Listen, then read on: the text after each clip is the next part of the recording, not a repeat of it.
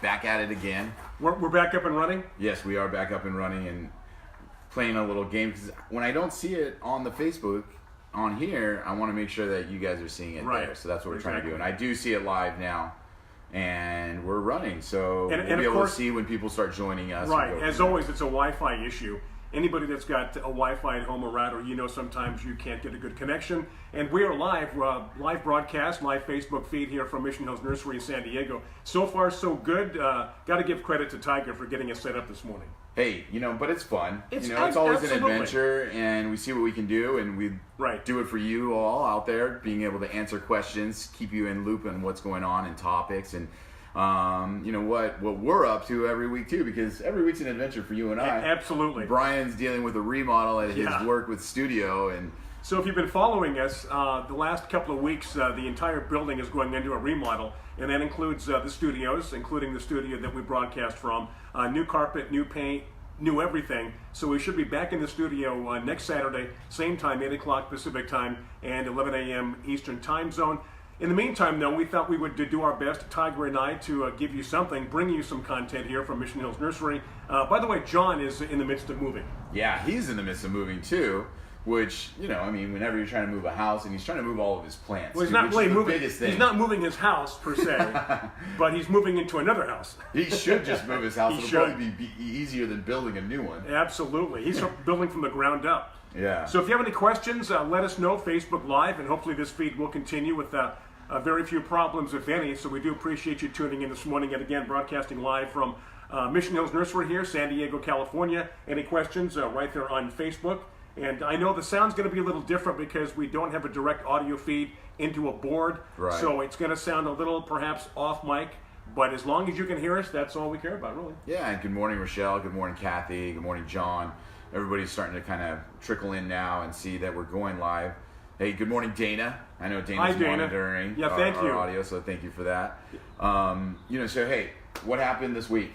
What happened this week with me personally? No, with plants. Oh, with plants. Yeah, let's see. Well, everything in my backyard is actually thriving. It's doing well. The rain has been just incredible this year in terms of setting us up for spring and what should be a very nice spring into summer here in Southern California, especially San Diego. We've got the beach, the coast, you've got the inland valleys, and you've got the mountains and the deserts. All of those microclimates here in this area, providing for just what should be a great summer. Lots of color. The rain, it's still kind of raining a little bit here and there. We haven't had this much rain for this long a period of time, and how long? Right. So it's been very good for everybody here in San Diego in terms of plants. My hibiscus is starting to bloom, the ones that that John got me.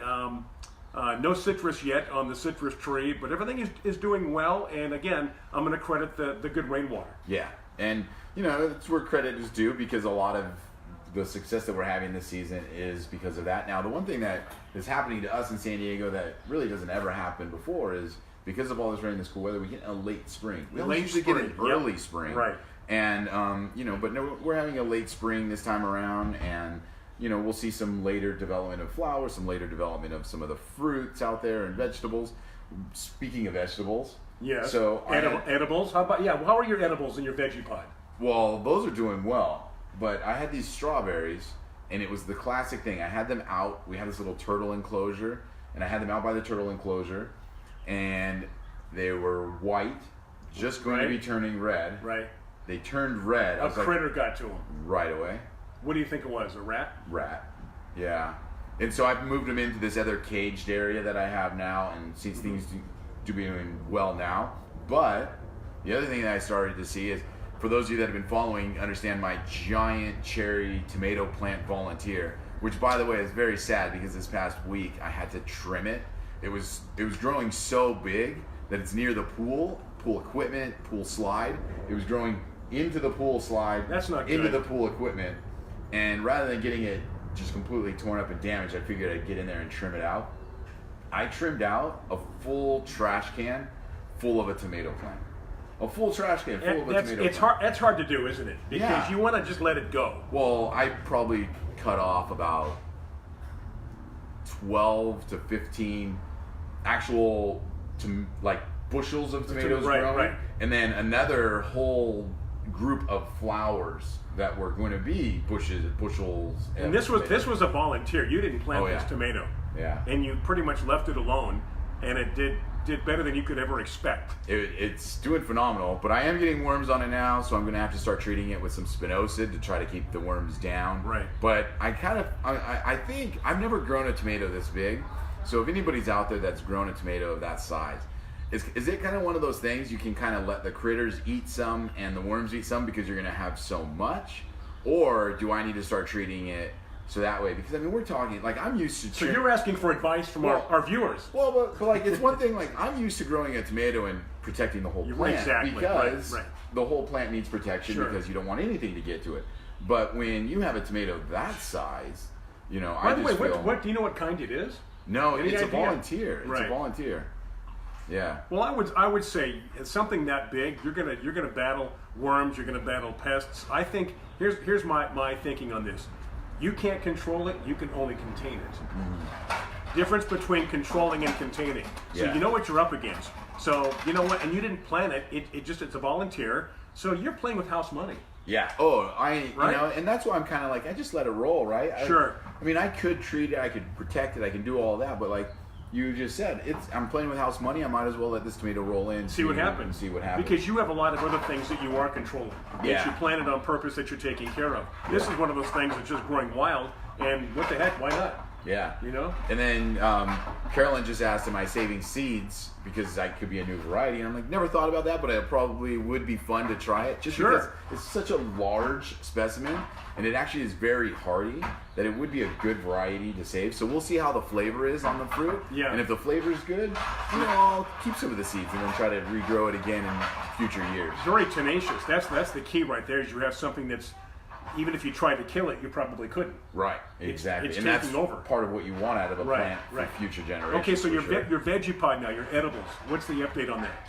So I've got in there some parsley, some basil, some shishito peppers, a mint plant, and some lettuce. And now the nice thing about these is that it's all in one spot, which you would think like mint, parsley, basil, peppers. You're like, what? But it does. All of those are doing well great together. in one spot all together, which is tough because, you know, too much water, too little water. Sure. And I will say with the veggie pod too, we've had nice weather, but I've only watered like once a week. You don't need to. I had the same veggie pod for 2 years, the one that you took to your house, and that's the first thing I noticed is how well the moisture stays within the veggie pod. Right. It's got a cover on it. Insects can't get in there.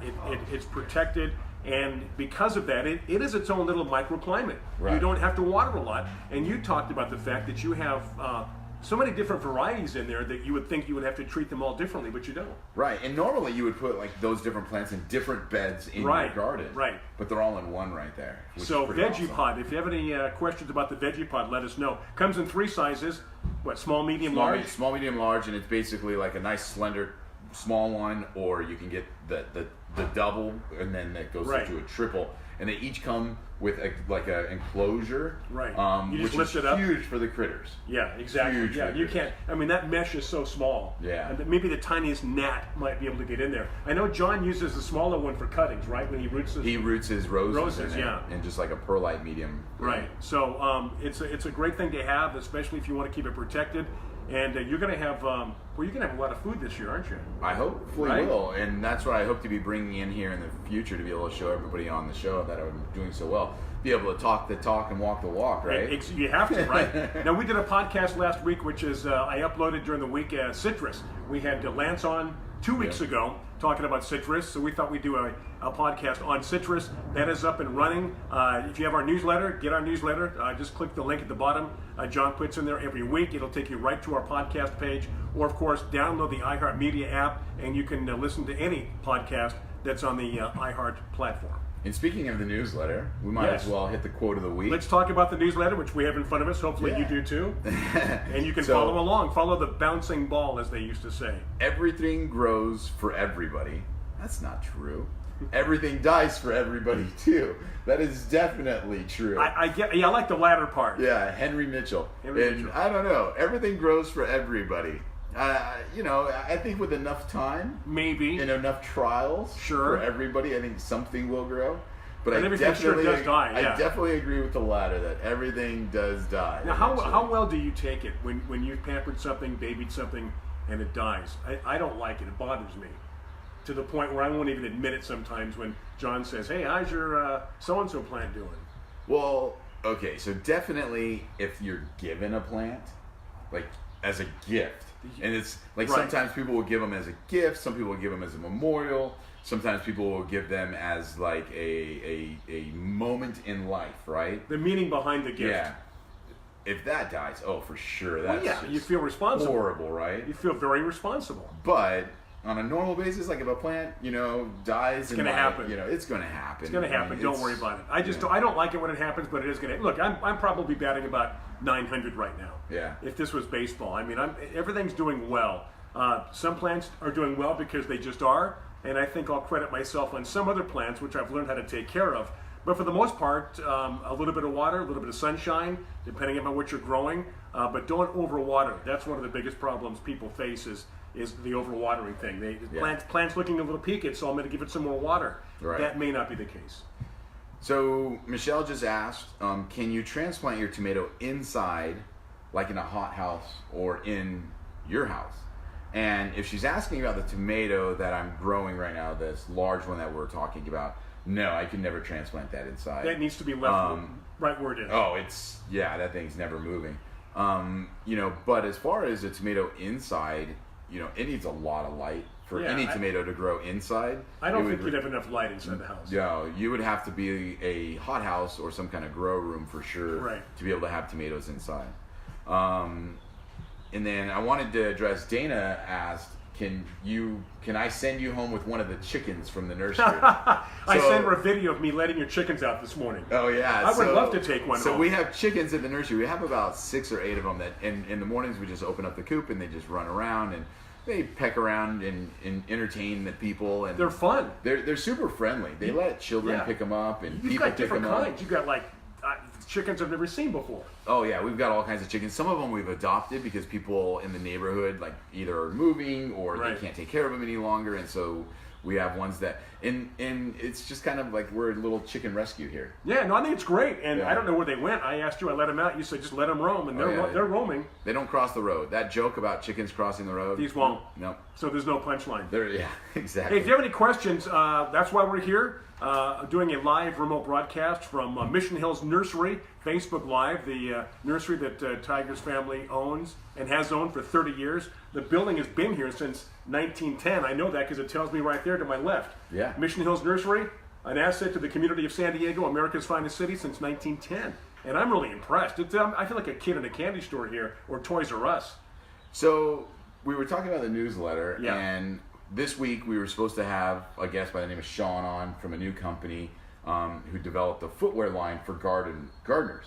Wow. We couldn't have Sean on today because we switched from our studio to this live broadcast here, and we really wanted to wait to have him to be able to broadcast. No, we're going to get him back on. Yeah, we're going to get him back reschedule. on. But I wanted to just take 1 second because I brought him with me, and I want to be able to show you all these shoes. Okay, so these are special gardening shoes? These are special gardening shoes, and these are a little dirty because I've been wearing them, been trying them out. So tell me, why are these different than other shoes that you may garden in? Well, first off, the fact that Sean's not on the show right now, I can say some things and I don't know if I'll scare him. But the name of the show is Cujo, which is awesome. K-U-J-O. And when you say Cujo, does that remind you of anything? Yeah, Cujo. Yeah, it's What was a Cujo? character, right? It was a dog. Dog Cujo. Remember that terror dog that would attack Oh, people? yeah. Right? Wasn't that Cujo? I think it was. Yeah, I think it was. so, Correct I don't us know. if I'm wrong. It reminded me of that, right? So I think it's an awesome name for a shoe because it's kind of cool. But there's really neat things. They went, so, when you think about it and you think about footwear, okay? Runners have shoes. Sure. Hikers have shoes. All the athletes have different shoes. They have shoes for walkers. They have shoes for nurses. They have shoes for people that work in offices. They have shoes for horses. They have shoes for horses. Everybody has a shoe, right? What about the gardener? What about the gardener? That's a great idea. Okay. And so they specifically designed the shoe. So number one, it's got a solid toe area because a lot of the hiking shoes and outdoor shoes have a breathable toe area. Sure. Well, for a gardener, they like the close. Now it's Right. not a steel toe because at the same time, that wasn't a big thing that people wanted. They wanted flexibility. Sure. They didn't want the steel toe. Then it's breathable and very lightweight, a non-slip grip at the bottom of it, and also it's like it's antimicrobial, or because you're out there in the yard, they get wet, they get covered with weeds, you're trampling through stuff. It's an all-weather shoe. It's an all-weather shoe, right? Exactly. So so he got the inspiration to design a shoe for a gardener, for a landscaper. Great idea. And this is the shoe. So we're going to have him on the show again soon. I wanted to make sure we gave him a plug because I know some people probably saw in the newsletter that he was going to be on today. If there are any questions about it, please post it, ask it, because we can always get it answered for you. Sure, we'll figure it out. But when he comes back on again, we'll make sure that everybody knows as well. But again, I never would have thought of that. Great idea, gardening shoe. I mean, it's perfect, and it's durable. You know what I would say, for as much of a shoe as there is here and the protection, it's rather lightweight. It's not a light shoe, but it's lightweight in terms of what you're using it for. And you know what? You could even wear these around town. Who's gonna? Oh, know? yeah. It's a shoe, but it's designed for gardening. So he'll be on next couple of weeks or so. In a few weeks, we're gonna reschedule it. Michelle just asked about the tomato growing inside. Also, she says, I have 2 tomatoes, a Roma and a cherry, growing successfully in my kitchen window. Gets about 4 to 6 hours of sun a day. The Roma I just put in the spring, and the cherry tomato has been growing for 4 years. That's amazing. That's success. Because, a cherry tomato, number one, Michelle, how big is your kitchen window? It's got to be huge. And you must be getting a lot of light. Good plant. Well, wouldn't you say not only light, but a certain amount of heat as well? Well, for tomatoes? The heat's probably good inside. Yeah. That's good. But I'm talking about space. Like, how big is this plant? Take a picture. Send us a picture. Please. I would love to see this because that sounds amazing. The other thing that's nice about growing it inside, though, is that the normal tomato pests, the worms, probably aren't affecting it at all. Yeah, I don't think you're going to have a problem with unless that. you somehow get, an open window where you get them through that. But that's good protection as well. Absolutely. Yeah. So any questions, we're here for you. Broadcasting live, Facebook Live here at Mission Hills Nursery in San Diego. Quite a place. I don't know, maybe we'll... do we have the ability to walk around? We can wander in a little bit. Okay. Do remember that if you are watching or you're listening to this broadcast, because we are not on the radio, it is commercial free right now. Absolutely. So, if you have anything that's, on your mind, even if it's, most simple question at all, sure. Ask something to us personally, whatever. We're not going to take a break. This is it. And we're going to stay on as long as we have to, as long as we need to, as long as you want us. We're here. I did want to mention to our followers also that we had been mentioning the upcoming tour, the garden trip that we were planning. And I'm not going to give too many solid details. There's a few things we're still working on. It's still in the works, but I do want to say that we have gotten the initial itinerary. I will go over a couple things. You can mention some of the countries and some of the things we're doing. What we can't talk about right now, it's not because it's a secret, but there's some loose ends we're trying to tie up. Oh, definitely. Yeah. Where we're going to stay, where we're going to be going, and some of the other details. But basically, we're looking at, I think it's June. Right, June of 2020. Right. And Slovenia, Austria, and Prague are the countries. Well, how's that sound? We're going to that region because there is a International Wildflower Festival going on at that point in time, and that's one of the big reasons why we're going. But then aside from that, there's wonderful public gardens and private gardens that we're going to be touring as well during this. Lake Bled is one of the areas. John keeps talking about that. He loves it. We will be going on, and it's a really neat thing because what we're trying to get it to coincide with as well. Matthew Brumley, who does Earthbound Expeditions, the way he started his expeditions was music. Yeah, he's a musician. He wanted to make sure that people were able to go to music festivals, music events all through the world. Well, it just so happens that the International Wildflower Show is also possibly simultaneously going on where there's an international music festival in Prague. So it would almost be like this really neat, combining the two, trips to be able to have a really good time. Right now, we're looking at about 12 nights total trip. And right now we're looking at Slovenia for 3 nights, Austria for 3 nights, the Czech Republic for 5 nights. Bryan and I will be there. We'll see about John if we want to invite him or not. If we feel like having him with us, right? Exactly. We'll draw straws. So we're still working on those details, but as soon as they come out, we'll definitely release them to everyone. So that way you guys can look at the dates, and hopefully a lot of you will be able to join us. And it's always a great trip. The last one that we went on to with you and John and I went to England. Right. Phenomenal group of people. And it's really neat because you always I feel if these are new to you, you feel a little scared going on a trip of this size, this magnitude, with people that you don't even know. Who are these people? But at the end of the trip, walk away best of friends. You shared moments that you'll never share with anybody else again. Yep. And a lot of them keep in touch. We still talk to a lot of the people that went on the trip with us. They keep in touch. We write emails back and forth.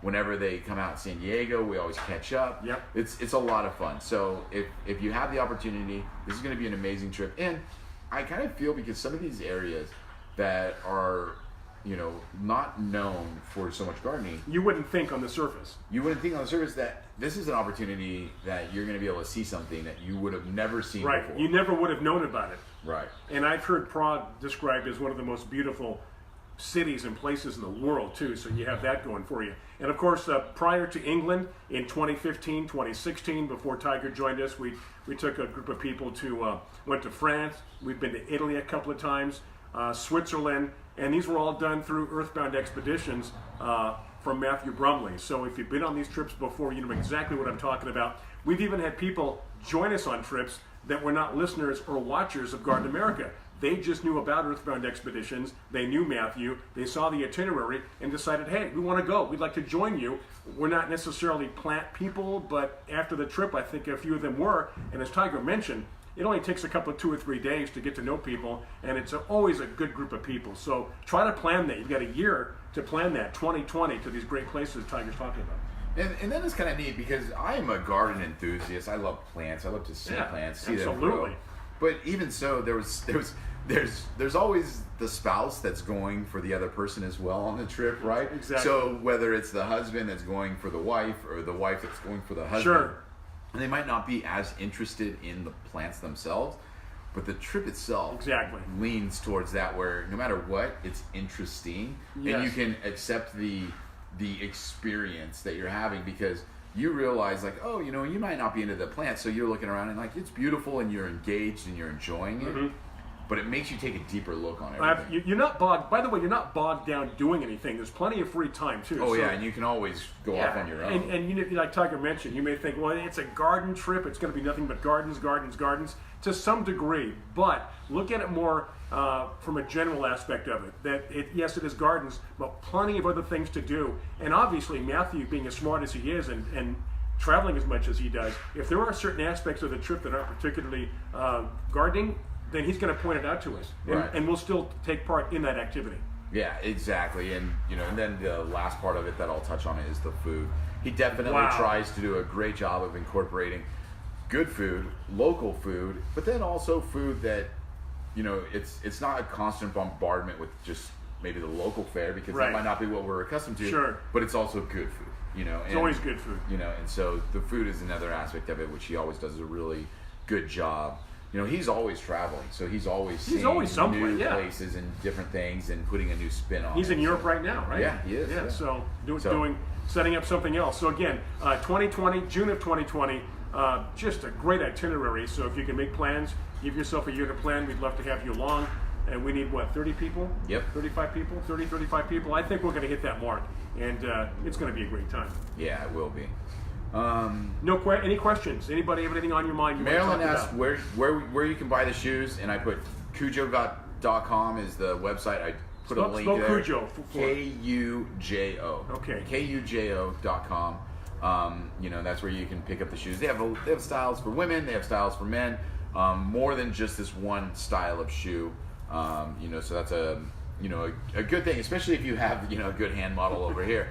But especially you're always trying to find something for that garden enthusiast and a plant. Good gift, huh? What about that as a gift? Yeah, that's what I'm saying is that it's always hard to find some things, and so that's a really good gift if you're looking for something for a garden enthusiast, because they'll definitely appreciate it for sure. All right. Looks like we've got a decent feed so far. Been on the air for about a half hour. Yeah, it's looking solid right now. So, well. we're at the mercy of a lot of technology here. So we want to thank you for tuning in. And as a reminder, we should be back in the studio by next weekend. It may not be all put together the way it'll eventually look, but enough so we can broadcast out of our studio next week. Back on the air on Biz Talk Radio and, of course, Facebook Live. Again, Facebook Live questions, we're here to answer them. We're going to take a walk around the nursery, maybe look for a few chickens and give you an idea of what we're doing here and what this place looks like. And Rick asks, if the tomato plant is large, it probably is an indeterminate type. That means that the tomato grows and the growth from the new growth, and that is why it gets so big. So and it just keeps perpetuating itself. If you itself. cut off the new growth, you will have cut off the areas where the new buds will come from. Right. Yeah, I know, Rick. I know, and that's why I was painful. so bummed. It's painful, Rick, for him to have to do that. Yeah. So we'll see. We'll see what happens with that. But there are a lot of areas that I didn't cut off any growth, and there's a lot of tomatoes developing. Can you pick her up? I'm going to see if I can pick her up. Yeah. All right. She should be able to pick her up. So what we're talking about right now is one of our chickens just wandered into the area. Yeah. Brian's going to go pick her up. There we go. Yeah. Hi. Good morning. I don't know which chicken this is. We have so many and they always change. I don't know the names, but yeah, they're usually pretty friendly. And being here at the nursery, this is so cool. Being here at the nursery, they're very accustomed to people, so it's kind of nice because a lot of kids wander through here, a lot of people wander through here. The chickens are just kind of, okay, I'm just part of here. You can pick me up, you can pet me, you can hang out here, and I'm fine. And then they'll go their own different ways. Yeah, you're good. But the one thing that's super funny, for those of you that have chickens maybe in a home coop, it's really interesting because when we're in the nursery and we're doing work, if we're moving plants, they follow you. Because when you move plants in a nursery, things fall off, they want to eat? Well, like bugs and worms are under the pots. You're smart, and bugs aren't you? are under the pots, so they'll just sit there and follow, and you'll have this whole little flock of chickens following you around the nursery as you move things and shift things. Because every time you move a plant, there's probably some kind of bug under there that they would love to dive into. Yeah. He's not showing his best side. No. But you are nice and calm, aren't you? Here, let's look at the camera. There we go. There we go. Dana says bring her home. Yeah. Okay, there you are. Yeah. And again, you have so many, you don't know the name. Yeah, right? I don't know the name of this one. Yeah. She's a good girl, though. There you go. Well, thank you for the appearance. We appreciate that. Thank you for giving us some of your time. There's more things you can look forward to at Mission Hills Nursery, especially those who live here in San Diego. Now, normally the first hour will be broadcast on AM 1240. Today, for those that are not listening to the radio, we are replaying various shows. But again, in San Diego, Mission Hills Nursery, those that are here, come on down. Things are just now heating up, warming up. And you know what's fun is if you are in San Diego and you have a family or know somebody with a family, tonight at the nursery, Saturday tonight, starting at 5 p.m., it's kind of an open house kind of a thing. Here. And what we have is a group of family coordinated groups in the nursery in the Mission Hills area. So we have a group called Mission Hills Music, which does music lessons mostly for children. A group that's called If I Was a Bird Yoga, which is geared towards yoga for children. Oh, cool. Paintbox Art Studio, which is an arts, craft, fashion little art group that does classes and camps for children.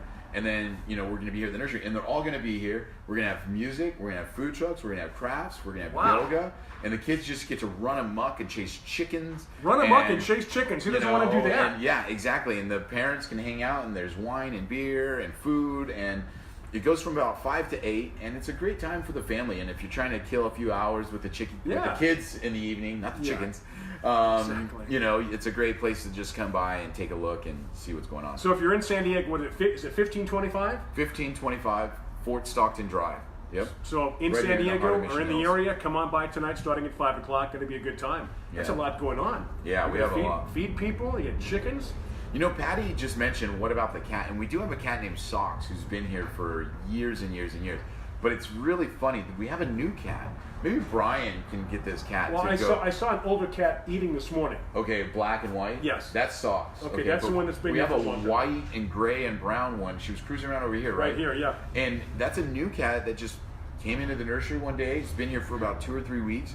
hasn't quite warmed up to everyone, but I did get a chance to pet her the other day, but then she's scattered off. You think she's feral or belong to somebody? It's hard to tell, huh? You definitely probably belong to somebody. In this area, it's definitely belonged to someone at one point in time and either got away. But it likes this place, obviously. But yeah, who wouldn't? I mean, you know, she hangs out here, and you know, people are pretty mellow here with the animals. So, you know, she's been pretty good. It's been good. So we have a new cat, Patty. So, and if we see this new cat, we'll let you know. Rochelle is really focused on this question because she posted it 3 times. Rochelle, I don't know, you probably hit the button a few times. But she says, what vegetables should be planting in Southern California right now? So vegetables planting in Southern California right now. Wouldn't you say there's a lot right now? There's a ton. So, you know, you should have done your peppers, you should have done your tomatoes. But if you're doing a cherry or something like that, you can still do tomato. Squash and pumpkins, for sure, you got to get those in the ground now. Yeah, get the pumpkins in now. That's how you're only going to get a pumpkin for October. You're almost a little late for pumpkins. You're getting close. Yeah. It depends on the pumpkin. If you're trying to grow one of those big pumpkins, you got to get it in now. Right. If you're trying to do the pan pumpkins, the ones that are more focused for pumpkin pie, you can still do those now and have plenty of time. So I think our question is like, it's June. Yep. What can I plant and I'm not too late to plant?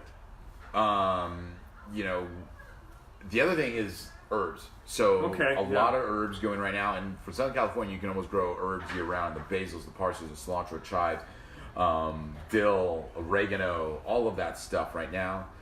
Vegetables, though, you can still do a lot of the root vegetables, the beets, the radishes, carrots, you know, and I said squash, pumpkins, zucchini. You can still do those.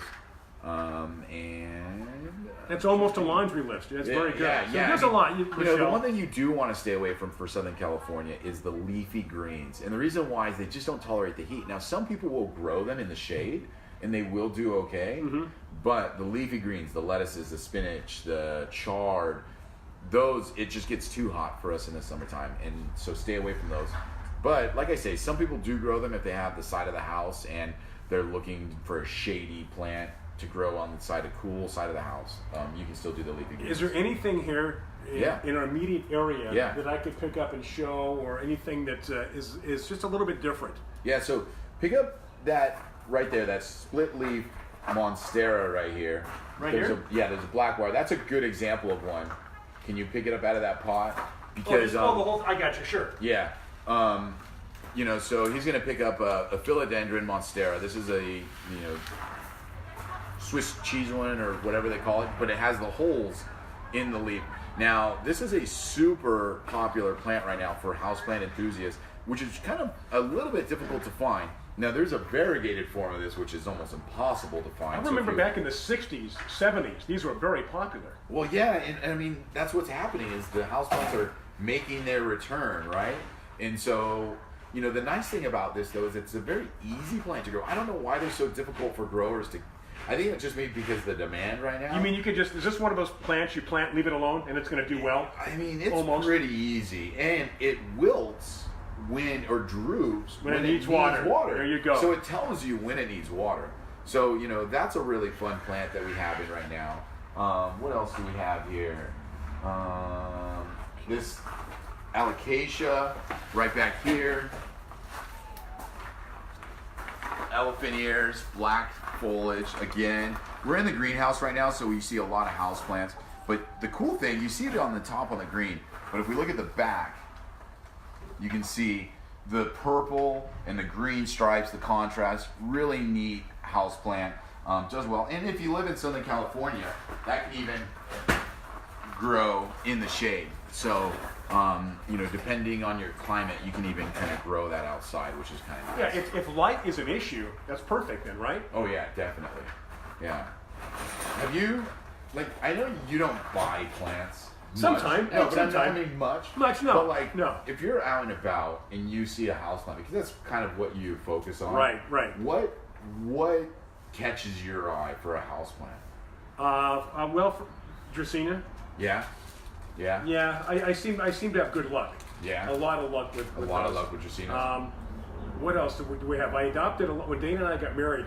I adopted some of her plants, and she has one. And the name escapes me, but it's very common if I see it around here. But Is it like a ficus? Is it? No, it's not a ficus. It's, gosh, I wish I could. I'm just having one of those little brain cramps right now. But it's one of those plants that I had in the shade outside. You can use it as a house plant, or I eventually put it in full sun, and it's doing really well. But it was a gradual process. It was getting so big in the shade under my eave in my patio that I had to figure out what to do with this, and I wasn't going to bring it inside. So I kind of gradually moved it out into the sun, little by little, thinking, you know what, this may burn, it may not tolerate it. It's doing well. But see, I'm like John. The one thing that John and I have in common is we're and maybe you too, is we're rebels.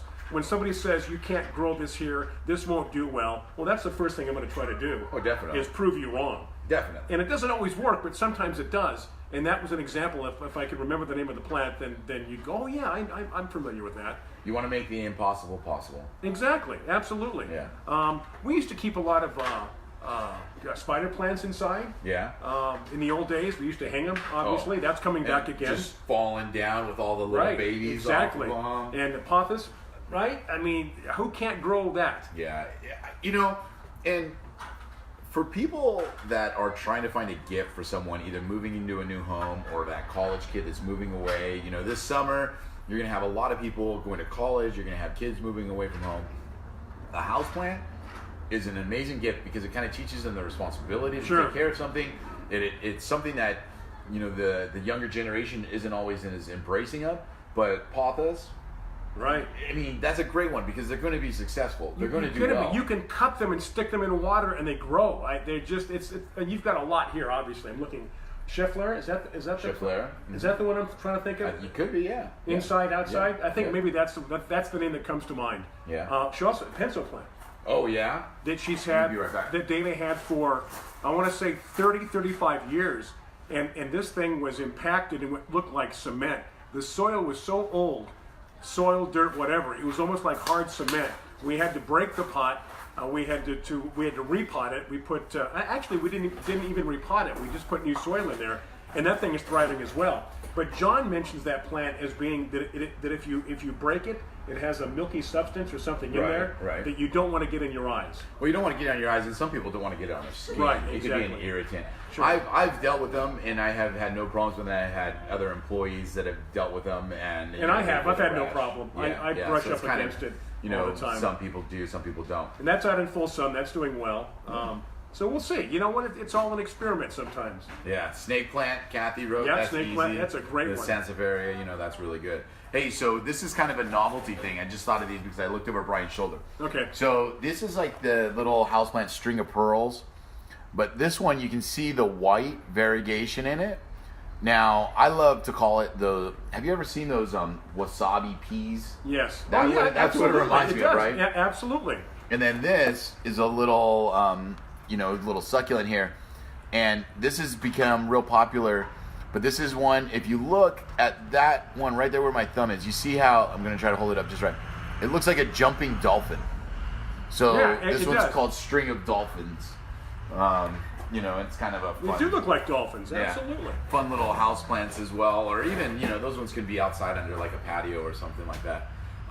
So, you know, Move those your are. Coffee cup. Got it. We have a stage manager. Yeah, this is beautiful. Exactly. You know, so yeah, lots of fun plants, sure, know, kind of a thing here. What else do you have? Well, I'm looking at, you got staghorns in here. Yeah, we got some staghorns in the background in here. You know, ferns. I see ferns. Now, I've never had luck with the Boston fern. You know why? What is going on with that? It should be simple. They are simple, but I kind of feel like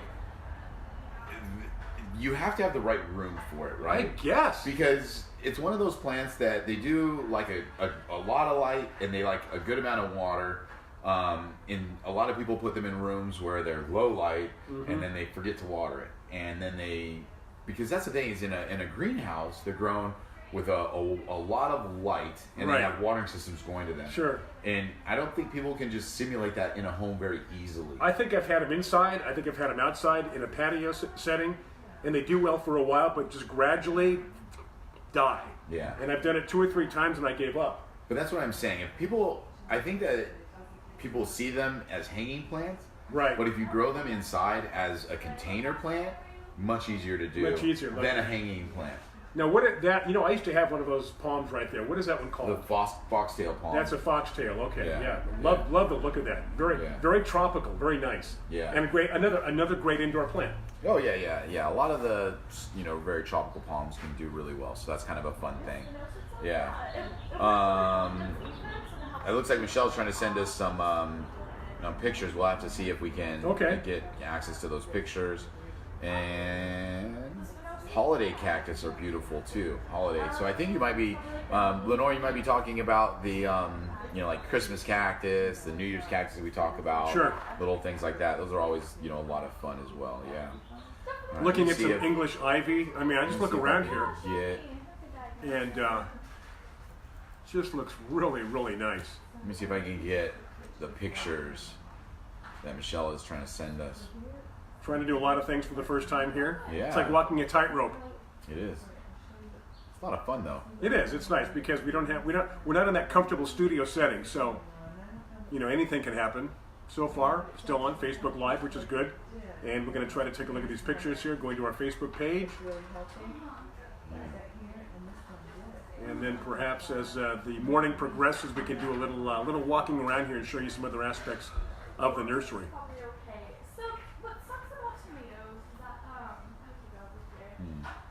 I don't see him yet. Okay. They focus on the overall fruit development and not the leaf development. So down the line. All right. So, what else is going on? Yeah, what else is going on in here? Anything else might be out of the ordinary? Well, I mean, this is our fun little. We'll take a walk around the nursery in just a few because I think there'll be a lot to show people around the nursery. So we'll talk about that. There's a few exciting other things that happened to me this week. I worked on a Husqvarna Automower install for a person up in Alpine. And that's one that you own yourself, right? Do you own one of those? I do own one of those, Okay. the Automower, yeah. And Husqvarna has created a robotic lawnmower for those of you guys that aren't familiar with it. And it's a really neat device that you can program it and it mows your lawn for you, so you don't have to go out and do it. It works really, really well. And there was recently a client up in Alpine that wanted one in a pretty good sized yard. And I was very impressed because normally we tell people to mow their lawn before we do it because it's just as easier. It cuts the grass and it doesn't pick up the clippings. So if the grass is long, when it cuts it, those big clippings fall in the grass, and that's not always fun. So we tell people, mow your lawn so that way it'll start from a good time. And he wanted to see what it can do, so he kind of left it long, and it impressed me what it could do because I was shocked. I was not expecting it to be able to mow through this lawn with such high grass, and it did, and it did it with such great ease and versatility that it was really impressive to see it happen. Yeah, he was impressed, right? And he was impressed too. And I've been following up, and things have been going pretty well. It's been a pretty good development for him. It also goes back into the docking station by itself, right? Well, that's what it does. Charge up. It goes out, mows, and then when the battery's going to be empty, it finds its way back to the station, charges, and then goes back out to finish the job. Wow. So for those of you, no matter where you're located, that's a great device for someone that has a yard with a lawn and they want to take the job of mowing the lawn off their hands and put it into the automower hands because it's better health for the lawn, it's easier to do, and then the idea of the random mowing is actually way better for the lawn because we always mow in lines, and we want it to look nice. The blades, if you do it all the time in one way, the blades actually grow that way, and it actually is difficult to mow the other way. So this allows that. So this is more random. More random, exactly. Okay, and are there different size models? In other words, like if you have a huge area, like he's talking about, you would have a different one for that? Exactly. There are some for small yards, and there's some for big yards. You have different models that can do different size areas. It's all based on the size of the unit, based on the size of the battery to be able to get the job done. And, that helps with the budget because obviously the smaller models are less expensive, the bigger models are more expensive. And you do want the bits of grass to go back into the lawn. Because it's good for the lawn. It's good for the lawn. When I was a kid, I would mow, and then I remember raking everything up and putting it in a big Did you have trash one bag. of those reel mowers? I had that, and then I had a Toro, I think, when I was a kid, and a Briggs and Stratton. I did the edging, the mowing, the whole thing when I was a kid. That, that's what we did. But Yeah. I remember taking time to rake everything up because I didn't think that pile of grass looked good or should be there. That was the way we thought. Yeah. But like you're saying, if you get the grass when it's not quite so high, let those clippings go back into the lawn because it's good for it. Yeah, exactly. And and now the other thing I will tell people that you're going into summer, you want to set that mower height a little bit higher, for a couple reasons. When you allow the grass to grow taller, the roots grow deeper, and when you have deeper roots, they can tap into more water. Right. They can get more fertilizer. Imagine you have a mouth this big, but then you allow it to get to this big, a much bigger mouth. You're much going easier. to take in more nutrients. You're going to take in more nutrients, you're taking more water, so you don't have to water as often, and you don't have to fertilize as often. So that's number one. But also, when you grow the grass taller, it shades the soil. So therefore, the water doesn't evaporate as quickly. Yeah. When you have a low grass, the sunlight gets down into the soil, and it ends up evaporating. Much quicker. The lawn will dry Right. out, and so There's a quick lawn tip. Yeah, exactly. So if right now you're getting warm wherever you're at, you want to start setting that lawn height a little bit higher, and then as the fall comes around, you start to drop down that height a little bit as well, so that way it becomes lower, because in the wintertime you do want a shorter grass, because First of all, it's going to be cooler. It's cooler, right? Cooler, and you want the sunlight to get all the way down Right. into the soil at that point in time, so that way it prevents things like disease, helps with the overall grass growth, and also it allows you to usually reseed at that point in time, and put in some new grass seed as well. So a little quick lawn tip for you out there that are taking care of your lawns. And a few things that you just described that I never thought of. Well, you don't have a lawn. I don't. But I used to, and if I did, I would be very aware of what you just said in terms of seasonal growth and how long to keep the grass. Like you said, summertime a little higher, wintertime a little shorter. Yeah. And for those reasons you gave, for the bugs, the sunlight, the evaporation of the water, all those things that most people probably don't even take into account. Right. They just mow the lawn and they water it. And they just think, it could be one height all the time. Yeah, right. So, taking care of your lawn is an important thing, overall health, and it helps keep the weeds down and things like that, regular mowing. Because a lot of people get frustrated with weeds getting in lawns. Well, the way that they get there usually is dropping seeds, allowing those seeds to grow, the seeds flower, Yep. more weeds. If you never allow it to flower, you won't have any more weeds in there. Sure. Lawns are really good about keeping out weeds by themselves if they're nice, healthy lawns. So Exactly. that's all you got to do. Any more questions? Any inquiries? No, nothing right now. Okay. Yeah. You want to take a walk around? Let's take a walk around. Take a walk around. Let's change the scenery a little bit here. All right.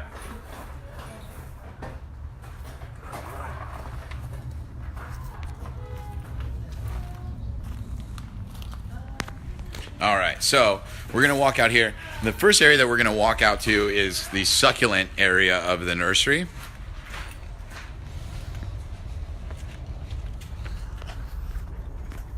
So as you can see, you got our little succulent tables, cactus tables, all kinds of fun succulents in here. Lots of succulents.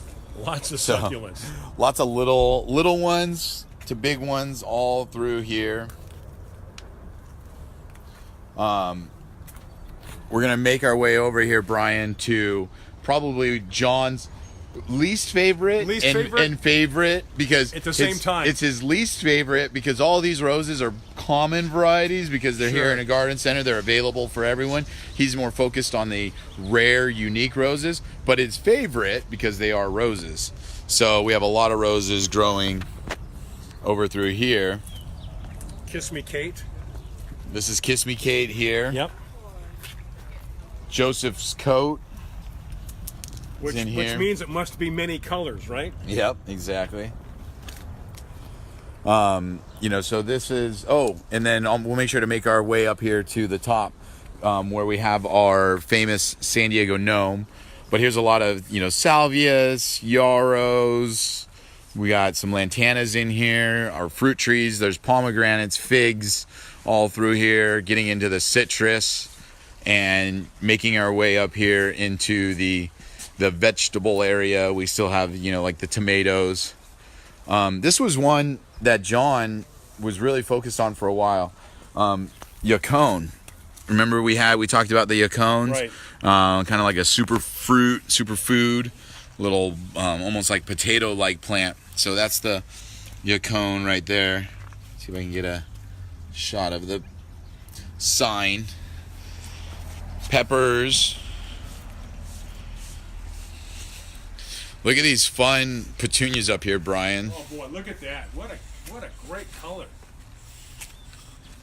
And then this is our giant San Diego gnome here. Gnome Diego. Been there for how long? Oh, like 3 months. 3 months. But he's doing a good job of taking care of it, right? Yeah, exactly. Yeah, let's walk along the front. So for those of you that have never been here in San Diego, though, the nursery has been here since 1910. It was started by a woman by the name of Kate Sessions, who's kind of the mother of Balboa Park, because she did a lot of the designing and a lot of the plantings or organization of the area. So it's kind of fun to have that history behind the plant, but that also gave the nursery the ability to be established right in the middle of town.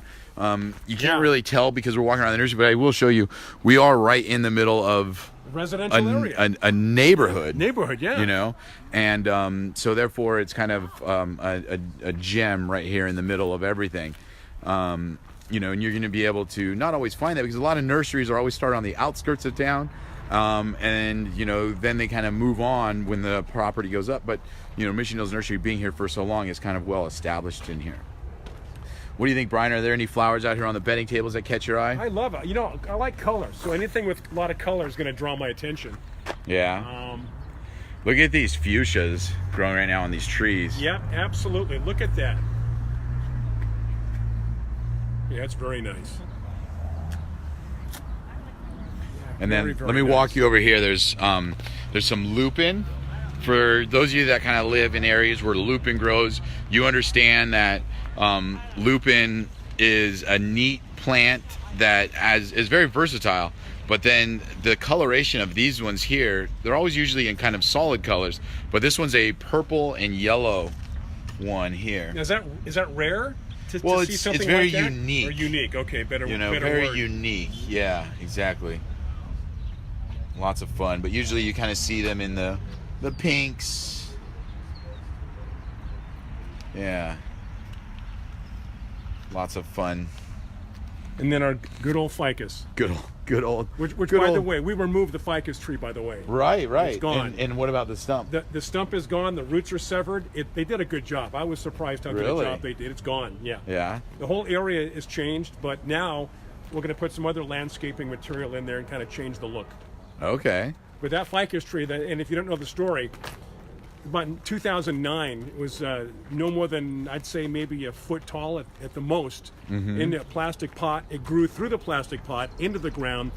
We had it removed last week, and it was 20 feet tall.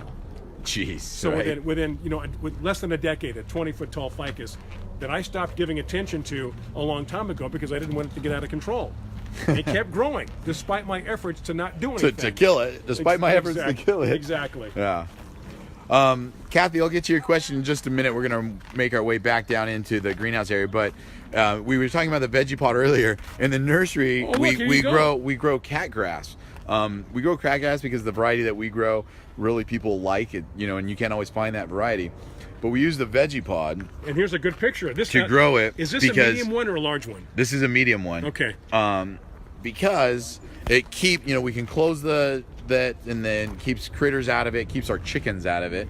But also it's nice to keep it, humid and damp for the seeds to grow as well. Which is what this helps do. The cover helps do as well. So, if you're looking to start seeds, and grow some plants, the veggie pod is always a good thing. And we use it and we stand by it for sure. So it's a lot of fun. Yeah, this is an overall back shot. We're getting ready for our event tonight, so everything's clearing out. Look at the Angel's trumpet tree. Yeah, you see that hanging down. Nice little angel's trumpet. Lots of blossoms on it. Yeah. So, Kathy, to answer your question, how do you train a fuchsia tree? So the fuchsia that we just showed you, you guys noticed it was trained into a tree shape. It wasn't just a normal bush. So the way that they do that is they start growing a fuchsia, and when they find a leader stem from the plant, they eliminate all the other ones and make it just go straight up. They get it straight up. They do, a 36-inch stem. They do a 48-inch stem. They get it to go straight up for that far, and then they begin to prune it at the top, so then it begins to bush out. And then you just keep training it like that. You keep pruning it like that to make sure that that it grows into the tree shape, and eventually you'll just have a tree. Now, when we were in England, I saw fuchsias growing in yards that were true trees. They were about 8 to 9 feet tall, been there for a very long time, and they were very large specimen trees. It was pretty amazing. So fuchsias are, even though they are kind of a gentle plant and can be finicky for people, they actually can be very hardy growing in the right area. So yeah, let's see. So I think you answered the question just as we got back to our table. Yeah.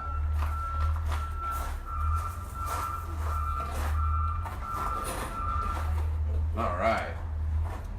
So that was a little tour of the nursery. Cover the walk area around. pretty Yeah. well from being inside the greenhouse to what's growing outside, and some of the different unique plants that we looked at. Yeah, I mean, and that's the neat thing about visiting a garden center is that you get a chance to kind of see usually what's new or different. A lot of the box stores are only going to have what's been proven or much over time. Much more commercial. They don't introduce new things very well there. So that you're going to get that, uniqueness from the garden center, hopefully, depending on where you're at, to be able to find some different stuff. And then, hopefully you get the advice. There's a lot of things exactly, yeah. Here in San Diego, a really popular plant is the jacaranda tree. And, when you go to a garden center during a certain time of year and say, hey, I see this purple flowering tree, they're going to instantly know jacaranda. Sure. Where, sometimes people that don't know the area, they're not going to be able to always know what's happening at that time of year. There's limited training at those stores. It's as long as if it's simple, they can probably answer your questions. Right. But then you get off the beaten track with maybe some plants or things that are not so common. You may not get the advice or information that you need. Yeah. But you will here. Oh, definitely. Because you've got things here that they don't sell at the box stores. Right. And what would be fun, I just thought of, is that if you guys know of a nursery in your area, and you would like to showcase it, send us the info. We Sure. would love to reach out to them. Absolutely. And because we love the idea of kind of being able to showcase local garden centers to the audience, because people want to know where they can find some neat, unique stuff. A garden center that's got a good track record of good advice and things like that. So, that's always good to be able to share with people and kind of be able to go from there. Yeah. I think we've covered a lot this morning. Yeah, I mean, when you're talking for an hour Right? straight. Yeah, no commercials? Yeah. How about that, huh? Yeah. So I hate to say this, but don't get used to it, because once we go back into the studio, we're going to still need our great sponsors to keep us on the air. That's Yeah. what pays for us to be on the air. So this is nice to be able to do this. Maybe we can do some more of these on location Definitely. remotes, Yeah. because I think we had a good connection when we set things up, and it's a lot of fun. Yeah. I like this, being out of the studio A little different. and being able to speak with everybody who watches us on Facebook Live. Yeah, so, since there's no other questions, we're going to go ahead and let you guys go now. Thank you for joining us this morning. If you're in the San Diego area and you've got a family, stop by Mission Hills Nursery this evening, 5 to 8 p.m. We're going to have our wonderful event going on. Look for more information that's coming up about Right. the 2020 trip. Yep. Prague, Slovenia, what else was it? Austria. Yeah, can't Yeah. forget Austria. Yeah. So it's going to be a great time. And again, next week back in the studio, John will return as he continues his big Hopefully move. back in the studio. I mean, what's the Yeah. chances? What are we? Well, I think we should be sure? okay. For It, sure? it may not be set up and looking very nice, but what do you have? Eggs for Wanna us? catch up? Sure. No. Ooh. Well- That one. Okay. There we go. Ah, Wow, some that is chicken nice and eggs. warm, huh? Yeah, fresh out of the chicken. Look at that. Fresh out of the chicken. You bet. Wow, that you can't get any fresher than that. Hey, Yeah. thank you so much for tuning in and watching us and giving us at least maybe an hour Yeah. with you on Facebook Live. Tiger and myself, Bryan, we do appreciate it. And I know you miss John. He'll be back with you next week as well. Yeah, I know. Why isn't John queuing in on here, huh? You'd think. Where's he right? at? Where's he at You right would now? think he would have some interest. You'd think he would have a question, Yeah. but he doesn't. Poor John. But All we right, love guys. you. Thank you so much. Have a good weekend. Take care. Be safe.